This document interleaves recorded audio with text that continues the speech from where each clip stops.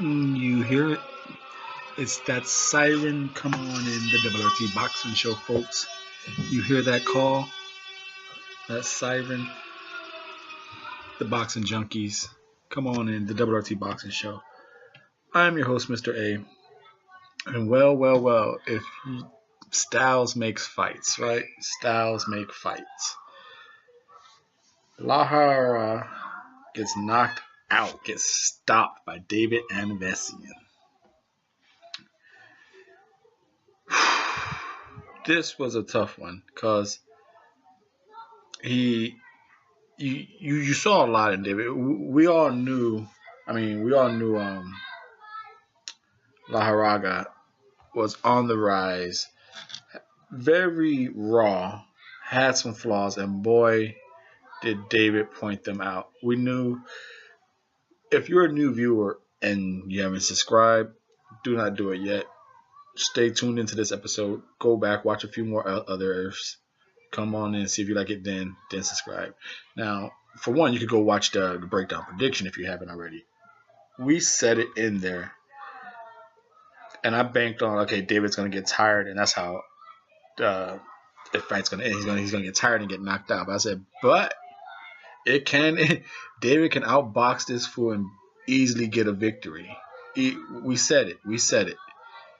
You know, he's flat-footed. David can move all around him. Got faster hands, and that's what it was. That's, of course, what's out there on the web is a not complete fight, but I guess from the TV, the judges, the first 3 rounds, I guess Lejarraga looked himself, bullied him, throwing shots, and in the 4th round, he drops Lejarraga.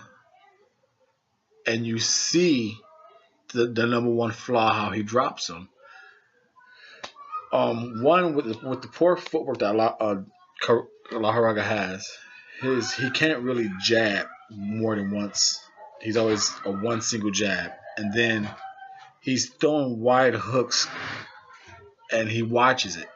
Due to his poor footwork, he can't really throw combinations. Like we said it all in the breakdown. We picked, I did at least, the power of him to wear David down. But with his poor footwork, he's throwing his 1-2s. He throws 2 body shots, and he doesn't bring his arms up. And sure enough, someone in David's camp, either David's team or David, just has pretty damn good plan on the fly recognition, cause 1-2, and he boom. As soon as Lejarraga hit him, David would come right back because he knew Lejarraga never put his hands up. He'd hit, and he'd stand there, hit, and stand there and look.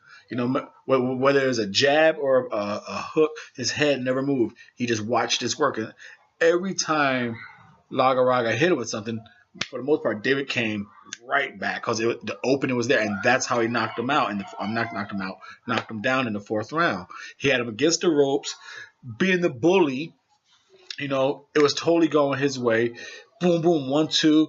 His head's down. He's not even looking up. 1-2, no guard. He kept his hand right back with a hook. Wow, he's just like, and shit, and it just dropped him quick. Lejarraga's looking around like, oh shit, laughing. And then that was the end. That was the beginning of the end. Ever since then, he was able just to crack him as soon as he punched. Boom, open it, and David will move, throw faster hands at him, and like I said, the faster hands allowed something to land. Whether it's just hitting Lejarraga on the arm and then something to hit him in the head.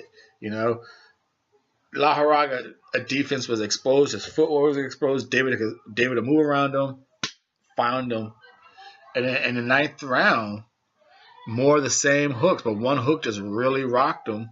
He had Lejarraga's eyes all swollen. Now that David is the new European welterweight champion, because he beat that stoppage was like almost 6 hooks in a row unanswered. And Lejarraga was taking him, just trying to stumble over. Like that's just that the rawness of Lejarraga. He got hit and he was shocked, didn't know how to hold, he didn't know where to hold. He was just still trying to take him, like, oh, I'm not hurt, I'm not hurt. There's a lot of things he's gonna learn, and his team's gonna learn from this fight. You got to work on the foot, and they're talking about bringing him to America. Damn, it's like this Sunday or this Saturday was an opportunity for a lot of the other guys. And not too many people passed, man. Not too many people passed. David, it's all like, hey, a couple years ago, I was one of those other guys, and I'm still trying to stay around. And it's weird that Styles, I started the show with Styles Make Fights. Egis looked like shit against Ray Robinson, but knocked David out. But David was giving him a little problems too with that movement. But you see what I'm saying?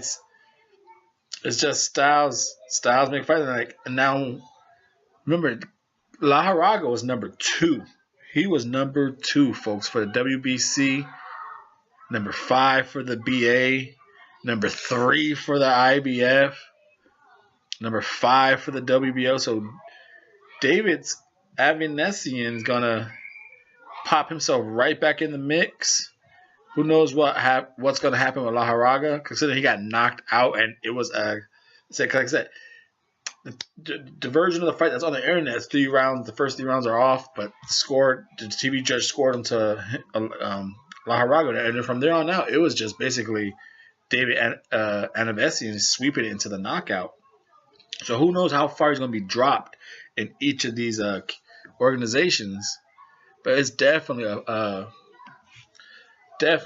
pickup, a pickup and restart. Cause the thing is, Lejarraga always said, "Okay, I'm not ready. I got a lot to learn.